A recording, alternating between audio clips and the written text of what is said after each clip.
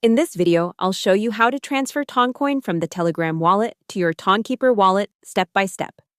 First, open the Tonkeeper app and unlock your wallet. On the main screen, tap Receive to display your Ton wallet address. Copy this address because you'll need it for the transfer. Make sure you copy the full address correctly to avoid sending funds to the wrong place.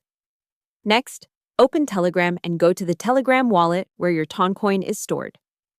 Tap Send, then paste the Tonkeeper wallet address you copied earlier into the recipient field. After that, enter the amount of Ton you want to transfer. Before confirming, double-check the wallet address and the amount. If the platform asks for a memo or comment, leave it empty unless the receiving service specifically requires one. Finally, confirm the transaction. After the transfer is processed on the Ton blockchain, the Toncoin will appear in your Tonkeeper wallet balance. This usually takes only a few seconds or minutes depending on network conditions. Hope the tutorial was helpful, subscribe to my channel, and see you in the next video.